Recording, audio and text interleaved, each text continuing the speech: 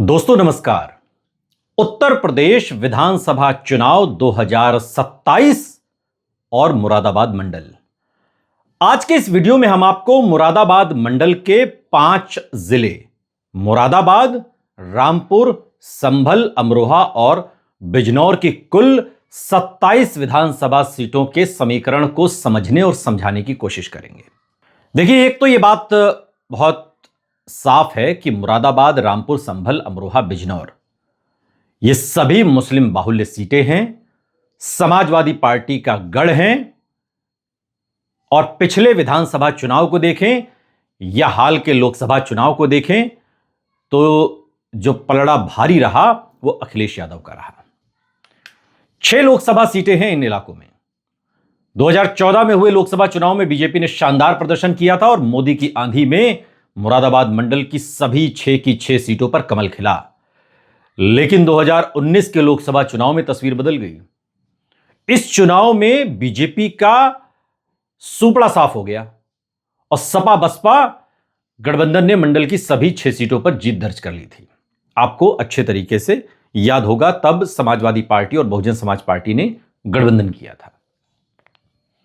2024 के लोकसभा चुनाव में बीजेपी ने 2014 के प्रदर्शन को दोहराने की तैयारी की। पार्टी को उम्मीद थी कि जनप्रतिनिधियों की लंबी चौड़ी टीम के सहारे आसानी से मुरादाबाद मंडल की सभी 6 सीटें जीती जा सकती हैं। 20 जनप्रतिनिधियों में सबसे बड़ा नाम बीजेपी के प्रदेश अध्यक्ष चौधरी भूपेंद्र सिंह का भी था, जिनके कंधों पर प्रदेश के साथ साथ मंडल की सभी सीटें जिताने की जिम्मेदारी थी। लेकिन चुनाव में दम नहीं दिखा। न तो प्रदेश अध्यक्ष का कोई प्रभाव दिखा, न जनप्रतिनिधियों का, जो उतारे गए थे प्रतिनिधि, उनकी टीम का कोई कमाल दिखा।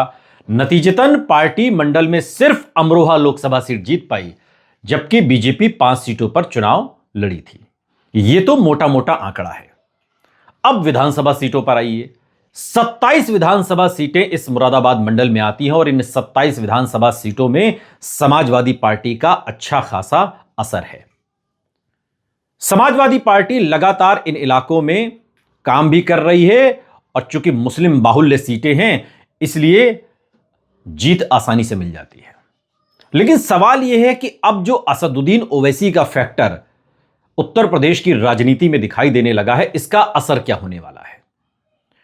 चूंकि मुरादाबाद, संभल, रामपुर, अमरोहा ये वो इलाके हैं जहां पर असदुद्दीन ओवैसी की नजर है और मुस्लिम बाहुल्य होने के नाते यह असदुद्दीन ओवैसी की राजनीति को सूट भी करता है। अब सवाल यह कि अगर अखिलेश यादव और असदुद्दीन ओवैसी अलग अलग चुनाव लड़ते हैं तो इसका फायदा बीजेपी को मिलेगा और बीजेपी यह चाहती है कि असदुद्दीन ओवैसी पहले से ज्यादा ताकत के साथ चुनाव लड़ें, क्योंकि ऐसा होगा तभी बीजेपी के लिए कोई रास्ता बनेगा, कोई स्पेस बनेगा।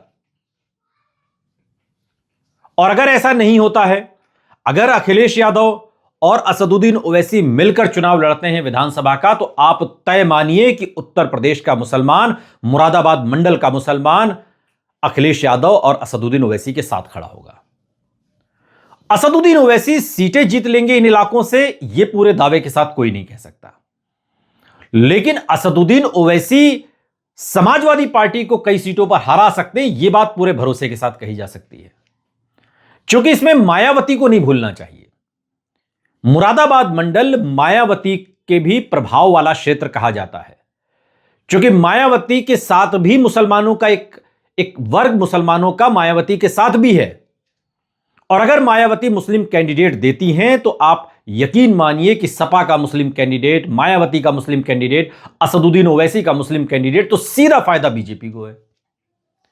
यह जमीनी गणित है। अब मुसलमानों के बारे में एक बात बहुत भरोसे के साथ कही जाती है कि जो मुस्लिम वोट बैंक होता है वो जहां जाता है एक मुश्त जाता है, लेकिन जब उसमें कई बड़े चेहरे उतर जाते हैं तो हर चेहरा अगर 1000, 2000, 5000, 10000, 20000 तक वोट ले जाता है तो आप समझ लीजिए कि समाजवादी पार्टी उन इलाकों में कमजोर हो रही है। और इसीलिए बार बार यह बात कही जा रही है कि समाजवादी पार्टी को असदुद्दीन ओवैसी के साथ समझौता करना चाहिए। अगर यह समझौता नहीं होता है तो फिर नुकसान होगा। और ये जो 27 सीटें मुरादाबाद मंडल की हैं, इन्हें समाजवादी पार्टी आसानी से बिना असदुद्दीन ओवैसी के सहारे के या बिना असदुद्दीन ओवैसी की मदद के नहीं जीत सकती।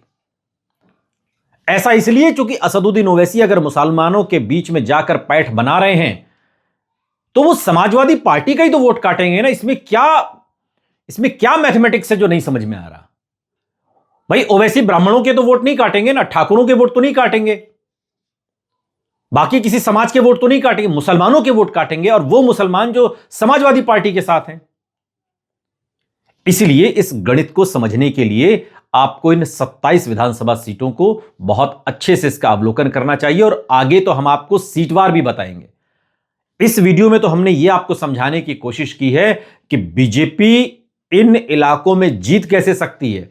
जितना असदुद्दीन ओवैसी अकेले मजबूत होंगे, बीजेपी को उतना फायदा होगा, और जितना अखिलेश यादव के साथ खड़े होकर मजबूत होंगे, उतना बीजेपी को नुकसान होगा। यह इस मुरादाबाद मंडल की 27 सीटों का मोटा मोटा आंकड़ा है।